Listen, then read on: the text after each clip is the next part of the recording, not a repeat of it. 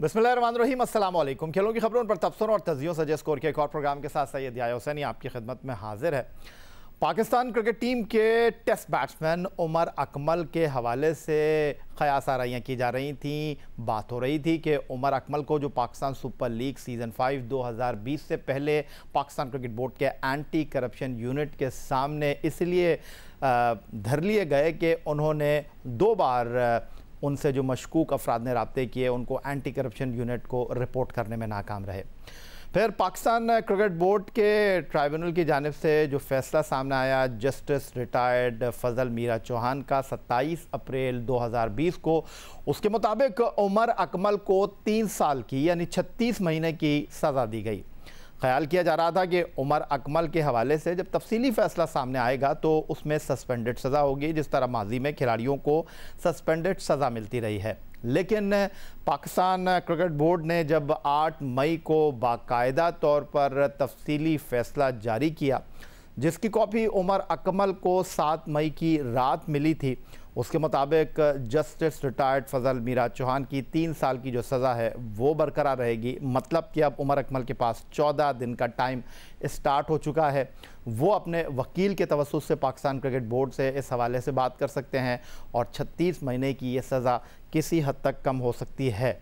अगर नहीं हुई तो उमर अकमल 2023 तक क्रिकेट मुकाबलों से हर तरह की क्रिकेट से दूर रहेंगे। Chairman independent disciplinary panel justice retired Fazle Mira Chauhan ने जुमेरात को उमर अकमल केस का तफसीली फैसला पाकिस्तान क्रिकेट बोर्ड को जमा करवाया। जस्टिस रिटायर्ड फजले मीरा चौहान ने पीसीबी एंटी करप्शन कोड में शामिल दोनों चार्जेस के खिलाफ वर्जी करने पर उमर अकमल पर 3 साल की पाबंदी आयद की है, जो 20 फरवरी 2020 यानी उमर अकमल की मुअत्तली के रोज से नाफिजुल अमल होगी। नाअहली के दोनों मुद्दतों पर एक साथ अमल होगा। उमर अकमल अब 19 फरवरी 2023 को दोबारा क्रिकेट के सरगर्मियों में शिरकत कर सकेंगे। जस्टिस रिटायर्ड फजले मीरा चौहान ने तफसीली फैसले में अपने रिमार्क्स देते हुए कहा कि बज़ाहिर उमर अकमल ना तो नदामत के ख्वाहां और ना ही अपनी गलती पर माफी मांगने को तैयार हैं, जो इस बात की तस्दीक करता है कि एंटी करप्शन कोड के आर्टिकल 2.4.4 के तहत उमर अकमल अपनी जिम्मेदारियां निभाने में नाकाम रहे। Middle order batsman Umar Akmal इस माह अपनी 30वीं सालगिरह मनाएंगे। मतलब जब वो क्रिकेट में वापसी कर रहे होंगे तो उनकी उम्र 33 साल हो चुकी होगी।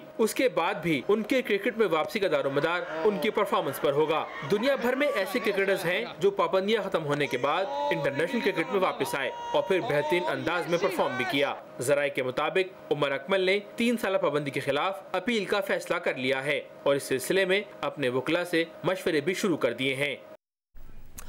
उमर अकमल का ये हंगामा खेज़ केस अभी जारी है और क्या उमर अकमल की ये 3 साल की सज़ा सस्पेंडेड सज़ा में तब्दील होगी? उमर अकमल किस तरह पाकिस्तान क्रिकेट बोर्ड से रब्ता करते हैं अपने वकील के तवस्सुत से, आने वाला वक्त इस बात का खुलासा करेगा। लेकिन दूसरी तरफ अगर हम बात करते हैं तो पाकिस्तान क्रिकेट बोर्ड की हंगामा खेजियाँ जो हैं वो कम होने का नाम नहीं ले रही। Speed star Shoaib Akhtar, Pakistan cricket board के कानूनी मुशीर तफज्जुल हैदर रिजवी आमने सामने हैं। उधर आज से 20 साल पहले justice retired Malik Abdul Qayyum report के किरदार एक बार फिर अपने लबों को जुम्बिश दे रहे हैं।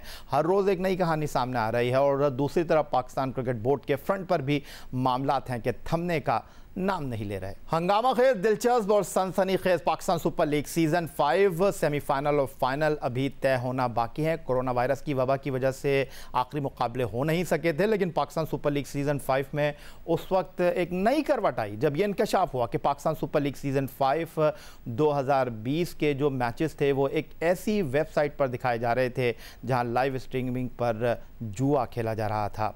इस खबर को रिपोर्ट करने वाले सीनियर सहाफ़ी सलीम खालिक साहब हमारे साथ मौजूद हैं। पाकिस्तान क्रिकेट बोर्ड से इस हवाले से हमने भी रब्ता किया, बहुत सारे सवालात भी उनके सामने रखे। सलीम खालिक इस हवाले से तवातुर के साथ मुसलसल स्टोरियां दे रहे हैं और पाकिस्तान क्रिकेट बोर्ड का मौक़िफ़ भी इस हवाले से सामने आया है, वो भी आपके साथ शेयर करेंगे। लेकिन सलीम खालिक साहब, खुश आमदीद कहूँगा आपको। एक तरफ उमर अकमल को फेलियर टू रिपोर्ट पर 3 साल की पाबंदी और दूसरी तरफ ये जो मामला है पाकिस्तान क्रिकेट बोर्ड का लाइव स्ट्रीमिंग पर जुआ खेलने के हवाले से, अभी इसमें कुछ वाज़े क्लियरेंस दिखाई नहीं दे रही। आप इस बात से इत्तेफाक करते हैं? जी बिल्कुल, यही 1 महीने से ज्यादा इसमें हो चुका है और कोई वाज़े इसमें चीज सामने नहीं आई। एहसान मानी साहब ने कहा था कि हमें पता नहीं है, सख्त एक्शन लेंगे, कुछ नहीं हुआ। और अभी मेरी शोएब नवीद जो प्रोजेक्ट एग्जीक्यूटिव हैं PSL के, उनसे बात हुई थी तो उन्होंने भी यही बात बोली कि सख्त एक्शन लिया जाएगा और आइंदा माह कोई ऐलान होगा, वो सख्त एक्शन क्या होगा ये बात अभी तक सामने नहीं आई। लेकिन अब मैं जब कॉन्ट्रैक्ट देख रहा था तो मुझे उसमें एक और बड़ी इंटरेस्टिंग चीज नजर आई जो उसकी शेक नंबर 4.4B है। उसके मुताबिक जो मैचेस हैं उनमें बैटिंग, गैम्बलिंग या प्रेडिक्शन गेम्स वगैरह जो है उनकी प्रमोशन जो है या स्पॉन्सरशिप और एडवर्टाइजिंग हो सकती है अगर जिन ममालिक में ये चीज कानूनी है। तो ये भी एक अलग चीज है, एक अजीब बात है कि एक तरफ आप उनकी तशहीर की इजाजत दे रहे हैं जहां कानूनी है, एक तरफ आप कह रहे हैं बड़ा गलत हो गया जी, इसके राइट्स भेज दिए। क्योंकि पहले जो मौक़िफ़ इख्तियार किया गया था वो भी यही था कि इन मैचों के लिए, उन जगहों के लिए राइट्स बेचे गए हैं जहां पर बैटिंग लीगल है। तो थोड़ा पीसीबी ही कंफ्यूज नजर आ रहा है, लेकिन कुछ पॉलिसी भी मुझे अजीब लग रही है क्योंकि तवातुर से ऐसी चीजें नजर आई हैं। दो बातें मैंने आपको ये बताई। एक चीज ये कि जो पीसीबी ने एक मीडिया राइट्स के लिए जो कंसल्टेंसी फर्म हासिल की खिदमत हासिल करने के लिए जो ऐड दिया था, उसमें भी उन्होंने जो ये एक्सपर्टी उसके लिए मांगी है वो ये है कि जी उसको इस तरह की जो डील्स हैं उसका तजुर्बा होना चाहिए। जब मैंने इस पे पूछा तो उन्होंने कहा हमने इसलिए लिखा था ताकि कंफ्यूजन से बचा जाए और हमारे राइट्स जो हैं वो गैम्बलिंग के लिए दस्तयाब नहीं होते। पीसीबी ने ये जवाब दिया था। उसके अलावा भी एक दो चीजें और ऐसी सामने आई जो लग ऐसा रहा है कि या तो पीसीबी जो है उसको इन चीजों का आइडिया नहीं है और वो मुसलसल एक ही तरह की नहीं। सलीम खलील साहब, ये कैसे कह सकते हैं आपकी आइडिया नहीं है? जीरो टॉलरेंस पॉलिसी की बात कर रहे हैं पाकिस्तान क्रिकेट बोर्ड के चेयरमैन एहसान मानी साहब। कहते हैं कि साख मुतासिर हो सकती है पाकिस्तान की और इसका उनको सबसे ज़्यादा इदराक है, इसी वजह से वो इन चीज़ों को देख रहे हैं। तो मैं अगर आपसे ये सवाल करना चाहूँ, एक तरफ हम जीरो टॉलरेंस पॉलिसी की बात कर रहे हैं, दूसरी तरफ हम उमर अकमल को 36 महीने की सज़ा इसलिए दे रहे हैं बकौल पाकिस्तान क्रिकेट बोर्ड कानूनी मुशीर तफज्जुल हैदर रिजवी के हम एक एग्जाम्पल सेट करना चाहते हैं। शुएब अख्तर ये कहते हैं कि पाकिस्तान क्रिकेट बोर्ड अपना गुस्सा उतार रहा है। तो आप इस तमाम सूरत हाल को किस तरह देख रहे हैं? ना ये हड्डी उगली जा रही है ना निगली जा रही है?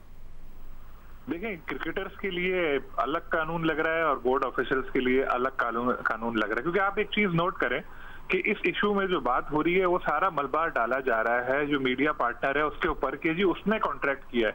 तो पीसीबी में भी तो कोई होगा जिसने कॉन्ट्रैक्ट पे साइन किए होंगे या जिसको पता होगा कि ऐसा चल रहा है। और पीसीबी को अगर ये पता ही नहीं चला कि जी पीएसएल के जो मैचेस हैं उनके लाइव स्ट्रीमिंग राइट्स एक जुए की कंपनी को बेच दिए गए हैं और कई मैचों में ऐसा हो गया, उसके बाद एक अखबार के एक मामूली से सहाफी की रिपोर्ट पर अगर पीसीबी को ये बात पता चली और उसने एक्शन लेने का ऐलान किया तो उससे अंदाजा लगा लें कि मामला क्रिकेट बोर्ड के किस तरह से चलाए जा रहे हैं। उमर अकमल का आपने जिक्र किया, उमर अकमल से मुझे वैसे हमदर्दी नहीं है उनकी क्योंकि जिस तरह के रही है पास में हरकत। लेकिन अगर इस केस में आप देखें तो एक तरफ शर्जील खान जो है जिन्होंने फिक्सिंग का एतराफ किया कि वो करने वाले थे, पूरा प्लान उनका सामने आया, वो जो है उनको आपने 2.5 साल बाद क्रिकेट में वापस आने की इजाजत दे दी।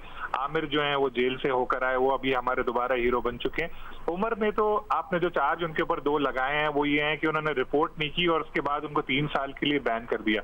तो उससे लग रहा है या तो पीसीबी जो है वो कुछ छुपा रहा है या फिर दोहरा मेयार है। तो ये सब बिल्कुल ठीक कह रहे हैं सलीम खलील साहब आप। और इस हवाले से जो लाइव स्ट्रीमिंग और जुए का मामला है, पाकिस्तान क्रिकेट बोर्ड इस हवाले से 2 मरतबा वजाहत दे चुका है।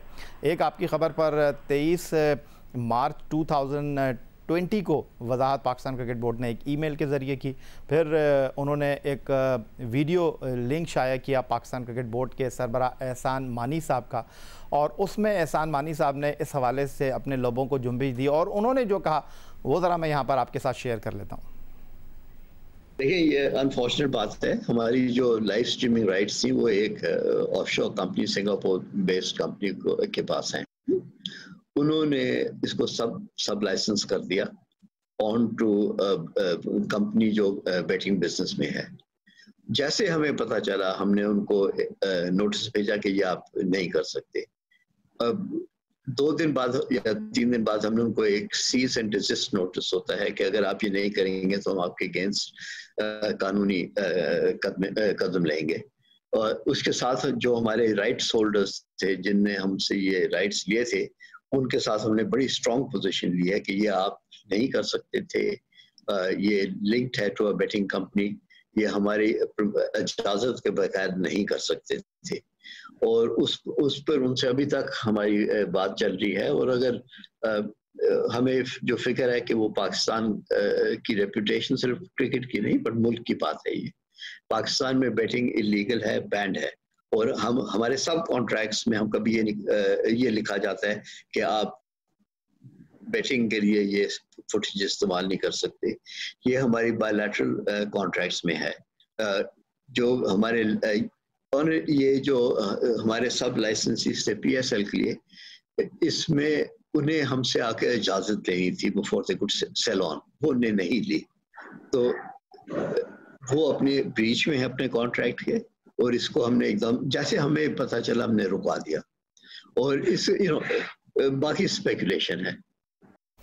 कयास आराइयाँ कह रहे थे पाकिस्तान क्रिकेट बोर्ड के सरबराह, लेकिन उन्होंने ये भी नहीं बताया कि टाइमलाइन है क्या इस लाइव स्ट्रीमिंग के हवाले से। कब पाकिस्तान क्रिकेट बोर्ड को कब पता चला कि उनके इन मैचों पर लाइव स्ट्रीमिंग पर जुआ हो रहा है। उन्होंने कहा कि जैसे ही हमें पता चला, डेट नहीं बताई, लेकिन उन्होंने कहा जैसे ही हमें पता चला हमने कानूनी नोटिस भिजवा दिया। और सबसे बड़ा सवाल सलीम खालिक साहब यह है कि खिलाड़ियों के लिए पाकिस्तान क्रिकेट बोर्ड की एक वाज़ेह डेडलाइन है कि अगर कोई खिलाड़ी फेलियर टू रिपोर्ट है तो उसको सस्पेंड कर दिया जाता है। उमर अकमल का केस आपके सामने है, 2017 शर्जील, उसके अलावा खालिद लतीफ़ का केस आपके सामने है। लेकिन अभी तक पाकिस्तान क्रिकेट बोर्ड यहाँ पर गुफ्तु शनीद ही कर रहा है, नोटिस तक की बात चल रही है। तो ये हैरानकुन बात नहीं है? बहुत हैरानकुन बात है यार, अगर ये मीडिया में बात नहीं आती तो किसी को पता भी नहीं चलता और सारे मैचेस ही लाइव स्ट्रीम हो जाते। अब आप मुझे एक बात बताएं, जहां पे ये कॉन्ट्रैक्ट की बात कर रहे हैं, मैंने वो कॉन्ट्रैक्ट देखा है, उसमें कहीं भी नहीं लिखा कि जुए की कंपनी को आगे लाइसेंस आप ना बेचें, बल्कि उसमें उल्टा इजाजत दी हुई है कि जो मैच जहां पे लाइव स्ट्रीम हो रहे हैं उसमें एड वगैरह आपको चलाने तो चला दें, अगर उस मुल्क में कानूनी है। मेरा सवाल ये है, अगर कोई पाकिस्तानी क्रिकेटर इंग्लैंड में जाए, वहां पे किसी शराब की कंपनी में कि एड में काम करे और बोले कि इसको सिर्फ यही इंग्लैंड में चलाना, या ऑस्ट्रेलिया में किसी जुए की कंपनी के ऐड में काम करो, बोले सिर्फ इसको ऑस्ट्रेलिया में चलाना क्योंकि यहाँ पर ये चीजें लीगल है, हमारे मुल्क में लीगल नहीं है, तो क्या उसको इजाजत दे देगा PCB? किसी तौर पे इजाजत नहीं देगा। तो यहाँ पर क्यों दी गई इजाजत? और इतना वक्त गुजरने के बाद अब तक क्यों ये नोटिस खेल रहे हैं? 1 महीने से ऊपर हो गया। अभी कल शोएब नवीद ने जैसे कहा कि सख्त एक्शन लिया जाएगा, तो वो सख्त एक्शन क्या होगा? क्या कॉन्ट्रैक्ट टर्मिनेट कर दिया जाएगा? लेकिन $1 मिलियन का कॉन्ट्रैक्ट है जिसमें से आधे पैसे PCB को मिल गए हैं, और जो कोरोना के बाद के हालात हैं उसके बाद उनको अगला जो है वो इस तरह से ढूंढने में भी मसला होगा। तो मेरा नहीं ख्याल कि PCB को इतना सख्त एक्शन लेगा, लेकिन अपना वकार बहाल रखने के लिए PCB को कुछ ना कुछ तो करना होगा, क्योंकि ये लोग समझ रहे थे मामला दब जाएगा, लेकिन कुछ ना कुछ दिन बाद, चंद दिन बाद कोई ना कोई नई बात सामने आ जाती है जिससे इन पर दबाव बढ़ जाता है। बिल्कुल ठीक है सलीम खालिक साहब, थैंक यू वेरी मच हमें इस हवाले से अपडेट करने के लिए। और ये स्टोरी पाकिस्तान क्रिकेट बोर्ड इसको किस तरह हैंडल करता है, किस तरह इसको आगे लेकर चलता है, ये एक बड़ा सवाल है। लेकिन दूसरी तरफ अगर हम बात करें जनाब, कोरोना वायरस के इस चैलेंज में सोशल मीडिया पर मुख्तलिफ खेलों के खिलाड़ी आगे आ रहे हैं। और हम बात करेंगे पाकिस्तान के लिए एक ऐसे खेल की जिसमें माजी में पाकिस्तान का तूती बोला करता था।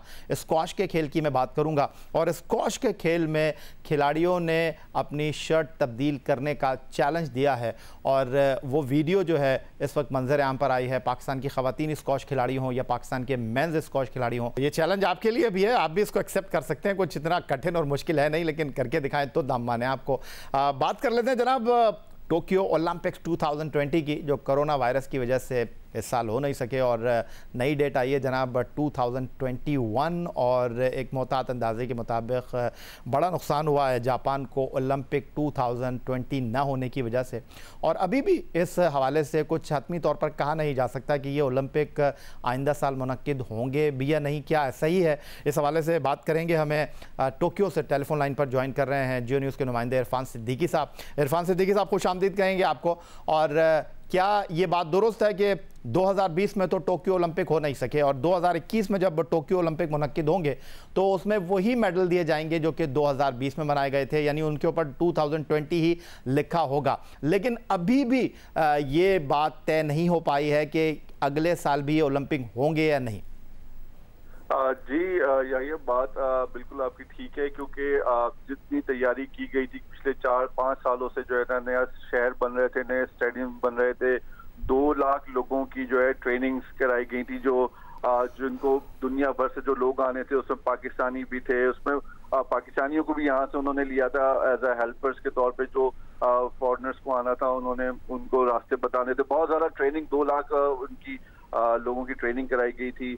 और उसके बाद मसाजिद का क़याम, हलाल फूड का क़याम, एयरपोर्ट्स के ऊपर मसाजिद का क़याम और मोबाइल मसाजिद का क़याम। इतनी ज़बरदस्त इन्होंने तैयारी की थी कि बहुत ज़्यादा डिसअपॉइंटमेंट है जापान में, जापानी अवाम को भी, जापानी गवर्नमेंट को भी। और $6 अरब का जो है इनका लॉस हुआ है 1 साल के लिए एक्सटेंड करने पे, और अभी तक ये कंफर्म नहीं कर सकी है गवर्नमेंट के आया कि जो नेक्स्ट ईयर का ऐलान किया गया है कि जुलाई और अगस्त के दरमियान ये कराए जाएंगे 2020 के ओलंपिक्स नेक्स्ट ईयर 2021 में कराए जाएंगे।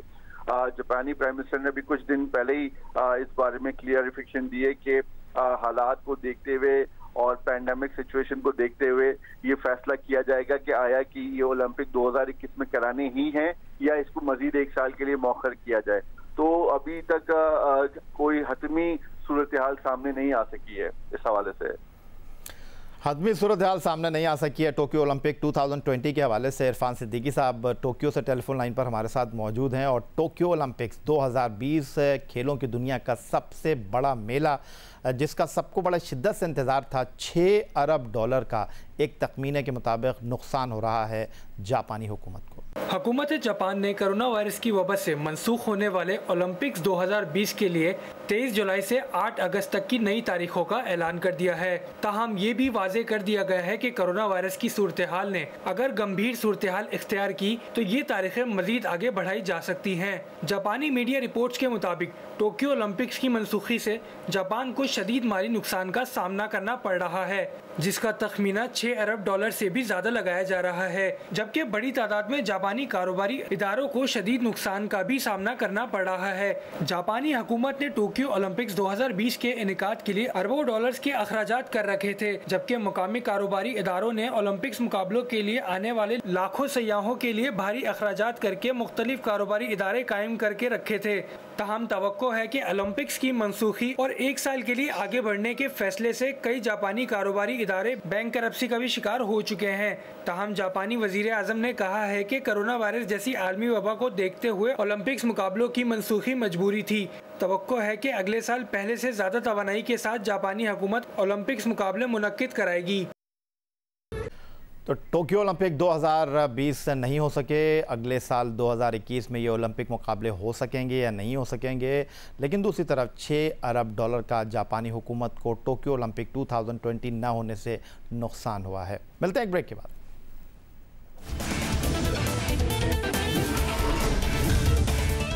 पाकिस्तान क्रिकेट टीम ने अपना पहला टेस्ट मैच 1952 में खेला। पाकिस्तान क्रिकेट को कुछ 68 बरस हो चुके हैं, लेकिन पाकिस्तान क्रिकेट का फर्स्ट क्लास निज़ाम अब तक मौजूए बहस बना हुआ है। क्रिकेट बोर्ड तब्दील होते हैं, लेकिन पाकिस्तान क्रिकेट के फर्स्ट क्लास निज़ाम पर हमेशा से गुफ्तगू होती रही है। कभी डिपार्टमेंट और रीजन को अलग करने की बात होती है, कभी रीजन को अलग खिलाने की बात होती है। लेकिन मौजूदा क्रिकेट बोर्ड की अगर हम बात करते हैं, जिसके सरबराह एहसान मानी साहब 2014 के आइन के मुताबिक पाकिस्तान क्रिकेट बोर्ड के 3 साल के लिए गवर्निंग बोर्ड के साथ सरबराह मुंतखब हुए, उनकी अगर हम बात करते हैं, वो अब 2014 के मुताबिक पाकिस्तान क्रिकेट बोर्ड के सरबराह बने थे। लेकिन इस वक्त पाकिस्तान क्रिकेट बोर्ड में 2019 का आइन बैनुसूबाई वजारत के नोटिफिकेशन के साथ राइज हो चुका है। लेकिन दूसरी तरफ अगर पाकिस्तान क्रिकेट बोर्ड के गवर्निंग बोर्ड की बात करते हैं तो उस पर बहुत ज़्यादा सवालात हैं, क्योंकि गवर्निंग बोर्ड में डिपार्टमेंट और रीजन के नुमाइंदे मौजूद हैं, जबकि दूसरी तरफ पाकिस्तान क्रिकेट के नए फर्स्ट क्लास सीज़न में रीजन और डिपार्टमेंट की कोई जगह मौजूद नहीं है। एक बार फिर बहस हो रही है, एक बार फिर खिलाड़ियों के रोज़गार के हवाले से सवालात उठ रहे हैं, एक बार फिर पाकिस्तान के फर्स्ट क्लास क्रिकेट को लेकर लोग सरापा एहतजाज हैं। न जाने कब ये बहस ख़त्म होगी कि पाकिस्तान फर्स्ट क्लास क्रिकेट का कोई निज़ाम है भी, या पाकिस्तान फर्स्ट क्लास क्रिकेट के निज़ाम के साथ ये खिलवाड़ होता रहेगा। इस गुफ्तगू के हवाले से आज हमें पाकिस्तान क्रिकेट बोर्ड के गवर्निंग बोर्ड के साबिक रुकन प्रोफेसर एजाज़ फ़ारूकी साहब ज्वाइन कर रहे हैं। सियालकोट रीजन के रुकन गवर्निंग बोर्ड जो कि इस वक्त मुअत्तल हैं, नोमान भट्ट साहब हमें ज्वाइन कर रहे हैं, और उनके साथ तारिक सरवर मीर साहब भावलपुर क्रिकेट के साबिक सरबराह मौजूद हैं। लेकिन गुफ्तगू की शुरुआत प्रोफेसर एजाज़ फ़ारूकी साहब से करना चाहूँगा। एजाज़ फ़ारूकी साहब, माजी में पाकिस्तान क्रिकेट बोर्ड के गवर्निंग बोर्ड में रीजन के डिपार्टमेंट के नुमाइंदे मौजूद होते थे, उनसे मशावरत के साथ पाकिस्तान क्रिकेट बोर्ड के मामलात को आगे चलाया जाता था। मौजूदा क्रिकेट बोर्ड में भी डिपार्टमेंट और रीजन के नुमाइंदे मौजूद हैं, लेकिन पाकिस्तान क्रिकेट 6 टीमों के नए फार्मूले के मुताबिक खेली जा रही है, और यहाँ पर डिपार्टमेंट और रीजन का कोई दूर दूर तक नाम नहीं है। लेकिन पाकिस्तान क्रिकेट बोर्ड के गवर्निंग बोर्ड में डिपार्टमेंट और रीजन के नुमाइंदे मौजूद हैं। क्या आप इसे खुला तजाद नहीं समझते? देखिए, बुनियादी तौर पर तो आपने आपके तमाम प्रोग्रामों में और हर जगह मीडिया पर मैं एक बात कहता हूं कि डिपार्टमेंट के बंद होने से जो क्रिकेट को नुकसान पहुंचा है वो नाकाबिल तलाफी है। अब्दुल हफीज कारदार साहब ने अपने दौर में इस बात पर जोर दिया, डिपार्टमेंट वालों से रिक्वेस्ट की और उन्होंने अपनी अपनी टीमें तैयार की। ये कोई छोटा मोटा काम नहीं था, बहुत बड़ा काम था और उसके बुनियाद पर डिपार्टमेंट में लोगों को एम्प्लॉय किया गया। काफी लंबे अरसे, कितना लंबे अरसे तक ये डिपार्टमेंट चलते रहे, लोगों को रोजगार बंधा। हम रीजन्स में प्लेयर्स को तैयार करते हैं और तैयार करके फिर ये डिपार्टमेंट के हवाले कर देते हैं। हमें खुशी होती है कि भाई ठीक है, हमारे पास भी मौजूद है और डिपार्टमेंट मौजूद है और उनकी रोजी चलती रहती है। तो हर प्लेयर को ये एक चांस होता है कि अगर हम क्रिकेट में आए हैं तो हमारी रोजी का इंतजाम डिपार्टमेंट वाले करेंगे। चलता रहा, सिलसिला चलता रहा।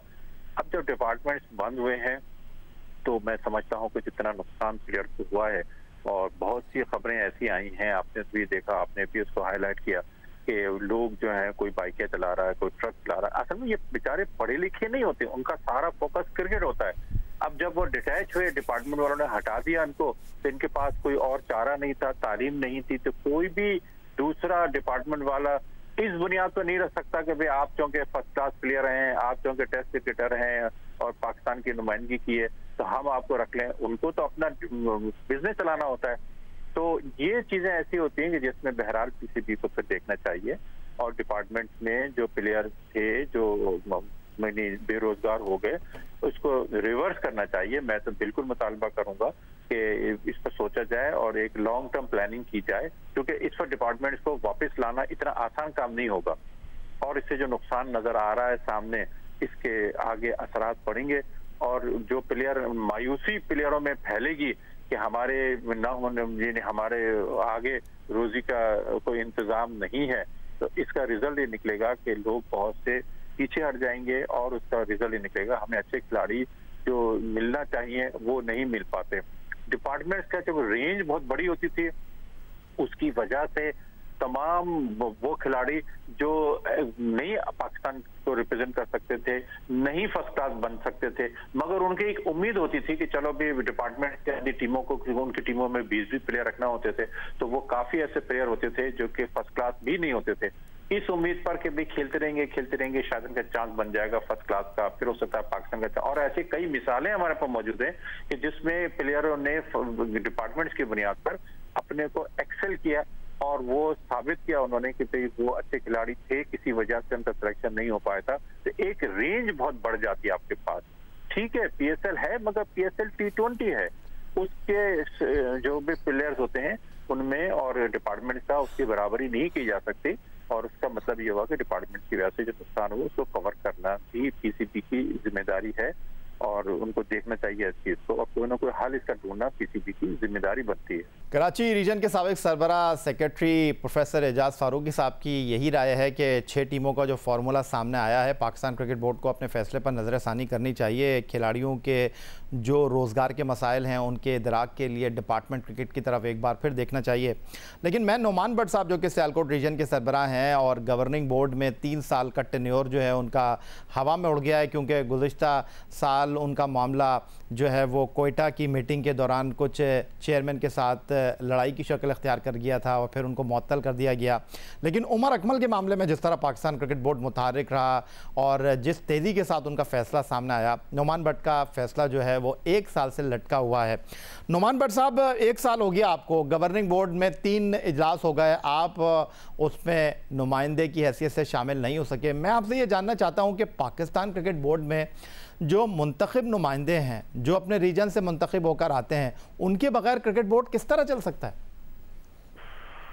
शुक्रिया ये सैनी साहब। पहली बात तो ये है कि जो कोयटा ने पिछले साल मेरा कोई सान मानी से गुजाती झगड़ा तो है नहीं, जो उन्होंने एजेंडा दिया था और जब मैंने वो एजेंडा पढ़ा तो मैंने वहाँ कोयटा के इजलास में कहा कि ये क्रिकेट की तबाही का एजेंडा है, ये पाकिस्तान के क्रिकेटर्स के गले में छुरी फेरने में शामिल नहीं हो सकता और ये उनके डेथ वारंट में हम किसी कीमत पे साइन नहीं करेंगे। तो उसी वजह से हमने उसको मेजॉरिटी की बना पे उसको मुस्तरद कर दिया। मानी साहब ने फिर मेरे साथ इंतकामी कार्रवाई करते हुए वो भी नाजायज तरीके से, क्योंकि मैं इलेक्टेड आदमी हूँ, उन्होंने बोर्ड में मेरा दाखिला बंद कर दिया। लेकिन इस वक्त जो सूरत हाल है, उस वक्त से जो सूरत हाल चली आ रही है, बात मेरी ज़ात की बिल्कुल नहीं है, मेरे उहदे की नहीं है। अगर मुझे आप अगर उहदे की लालच होती, अगर मैं रबर स्टैम्प का आदमी होता, अंगूठा छाप बनना होता, तो मैं उन्हें जी हजूर कह देता। मैंने ये बात नहीं की। मुझे पता था क्रिकेट की तबाही हो गई है। आज 1 साल में देखिए पाकिस्तान क्रिकेट तबाह हो गई है, बच्चे रुल गए हैं, क्रिकेट तबाह हो गए, उन्हें को अपना फ्यूचर नजर नहीं आ रहा। पूरी दुनिया की क्रिकेट देखे बंद पड़ी है।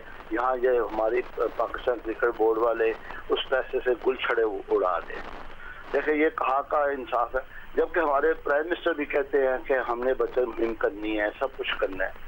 एक तरफ तो आप ऑस्ट्रेलियन सिस्टम लेके आ रहे हैं और दूसरी तरफ ऑस्ट्रेलिया वाले खुद उन्होंने अपने कोचेस को पार्ट टाइम कोच बना दिया है। हमारे कोचेस 32 लाख और जो है वकार यूनुस वो डॉलरों में, हजारों डॉलरों में वो तनख्वाहें ले रहे हैं, करोड़ों रुपए ये महीने के हो रहे हैं और 1 साल के तकरीबन 4 अरब के करीब पाकिस्तान क्रिकेट बोर्ड का अखराजात है, जो कम नहीं हो रहे, बल्कि हाई परफॉर्मेंस सेंटर के नाम पे ये जो अब करने जा रहा है वसीम खान, ये और तबाही जो 50-60 लाख का उसमें शामिल वो करने जा रहे हैं। दूसरे एंड पे आप मुल्क की तमाम ग्राउंड तबाह हो गई है, कोई मुल्क में क्रिकेट नहीं है।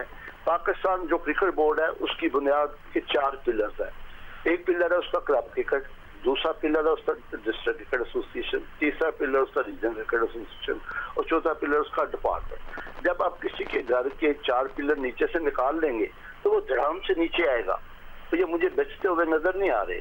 अभी मैं सलीम खालिद साहब का भी इंटरव्यू सुन रहा था कि जो लाइव स्ट्रीमिंग का इतना बड़ा जो जुए का स्कैंडल है, वो ये ऐसे ये बने हुए हैं, कैसे मासूम बन के दिखा रहे हैं जैसे इन्हें पता नहीं है, असल में इस चीज के अहल नहीं है।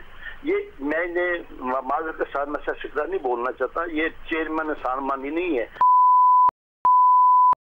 कि आप इतने बड़े कर रहे हैं कि अक्सर हम देखते हैं राह चलते कि गाड़ी के ऊपर गधा गाड़ी के ऊपर लिखा होता है F-16, ये एहसान मानी वो F-16 है, इसके पास वो काबिलियत नहीं है, ये इस काबिल नहीं है।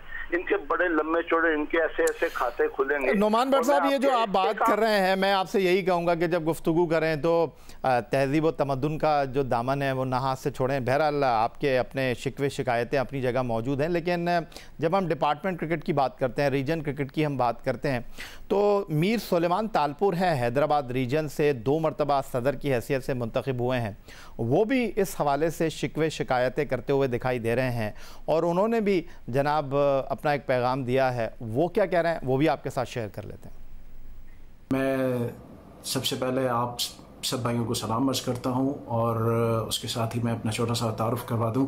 मेरा नाम मीर सुलेमान तालपुर है। मैं हैदराबाद रीजन का 2 बार बिला मुकाबला मुंतखब हुआ हूं सदर, और मैं सब जिन लोगों ने हमारे ऊपर उस वक्त एतमाद किया था मैं उनका शुक्रगुजार हूं, और जो इस तहरीक में आप हम सब भाइयों का जो आप लोगों ने हमारे ऊपर एतमाद किया है, मैं उसके लिए भी आप सब लोगों का शुक्रगुजार हूँ। हमारा फ़र्ज़ था, हमारे मीर साहब अली अहमद और मीर साहब रसूल बख्श मेरे बड़े थे, जो दोनों सियासी तौर पर भी माशाल्लाह से बहुत एक्टिव रहे। वो हमारे बड़े कहते थे कि भाई हमारा काम है चौकीदारी करना, हमारा काम है चिल्लाते रहना कि जागते रहो, सोना या जागना फिर जो घर का मालिक होता है उसका काम होता है। तो मैंने और तारिक सरवर ने और दूसरे भाइयों ने मिलकर एक कोशिश की कि हम लोग जो है वो चिल्लाते रहे कि भाई जागते रहो, आपके क्रिकेट के हुकूक पर डाका डाला जा रहा है। आप लोगों को एक बाकायदा तौर पर मुनज़्ज़म तरीके से जो एसोसिएशंस हैं उनको और जो असल स्टेक होल्डर्स हैं, जो क्रिकेट के नुमाइंदे हैं, जो क्रिकेट करवाने वाले हैं, जो क्लब चलाने वाले हैं, जो ग्रास रूट लेवल पर क्रिकेट को जिंदा रखे हुए हैं इसके अंदर, और पीसीबी जिस तरीके से उन लोगों को तबाही की तरफ लेकर जा रही है, और जो इसके आईनी लेकिन गैर आईनी जो इक़दामात हैं वो किस तरीके से हमारी क्रिकेट को चलकर आगे तबाह करेंगे या तबाह कर रहे हैं, और जो ग्रास रूट लेवल पर अभी क्रिकेट की तबाही हो रही है, हम उनके खिलाफ आवाज़ उठाते रहें, हम दोस्तों को बताते रहें, हम दोस्तों को समझाते रहें, हमारा फ़र्ज़ है। और मुझे ये जो तहरीक शुरू हुई है अल्हम्दुलिल्लाह उसके रिस्पॉन्स पर मैं बहुत खुश हूँ, और मेरा दिल जो है वो बाग बाग है। अल्लाह हमारे इस चमन को और ज़्यादा बढ़ाए और पीसीबी को अक्ले सलीम दे कि वो ऐसे काम करे जिससे ग्रास रूट क्रिकेट बेहतर हो, ना कि ग्रास रूट क्रिकेट तबाही हो।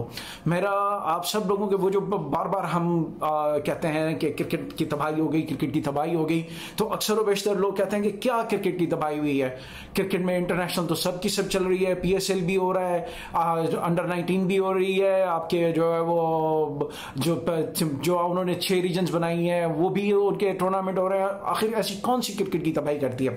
आप सिर्फ ये अंदाजा कर लें कि 1.5 साल के अंदर हैदराबाद शहर में, जिसमें नॉर्मली 6 ग्राउंड्स या 8 ग्राउंड्स के ऊपर एक टूर्नामेंट खत्म होता था तो दूसरा टूर्नामेंट शुरू हो जाता था, हमारे अपने ग्राउंड में 1 साल के अंदर हम लोगों ने 22 टूर्नामेंट भी करवाए हुए हैं। लेकिन हमारे पास क्रिकेट बिल्कुल ठप हो चुकी है। वो इसलिए कि PCB की जो शर्तें हैं वो बिल्कुल नाजायज शर्तें हैं। उसके अलावा जब आप आते हैं क्लब क्रिकेट पर, जिस तरह माशरे की एक इकाई होती है, एक फर्द, उसी तरीके से क्रिकेट की जो जी जनाब, ये मीर सुलेमान तालपुर थे जो 2 बार हैदराबाद क्रिकेट रीजन के सरबराह रहे। और इसी गुफ्तगू को मज़ीद आगे बढ़ाते हैं और तारिक सरवर मीर साहब भी हमारे साथ मौजूद हैं जो भावलपुर रीजन के साबिक सरबराह हैं।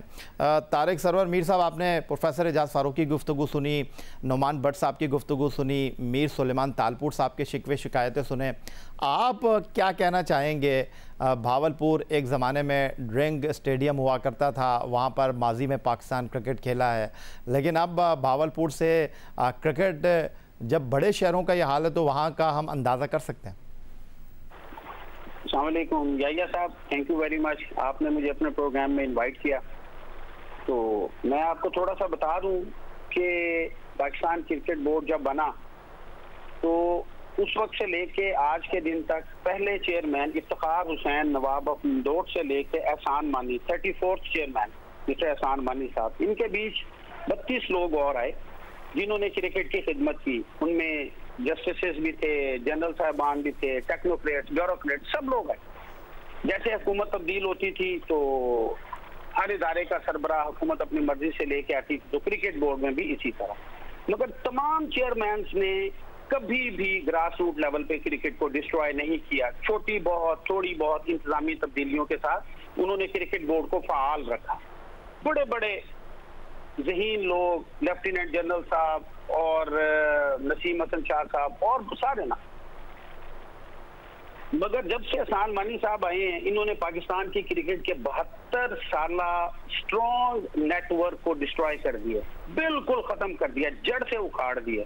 मैं आपको मिसाल दे रहा हूँ, मेरे सामने एक डॉक्यूमेंट पड़ा हुआ है, कायद आज़म ट्रॉफी 1953-54, उसमें 7 टीमों ने हिस्सा लिया। 1953-54 पहला टूर्नामेंट कायद आज़म ट्रॉफी, फर्स्ट क्लास पाकिस्तान की हिस्ट्री का। उसमें 2 डिपार्टमेंट की टीमें थी, कंबाइंड सर्विसेज एंड रेलवेज, और 5 सूबाई टीमें थी जिसमें भावलपुर की टीम भी थी। और आज जब हम 2019-20 में हैं तो 7 की बजाय हम 6 टीमों से खेलने के लिए जा रहे हैं। इससे बड़ी टेक्निकल करप्शन क्या होगी, आप मुझे ये बताएं।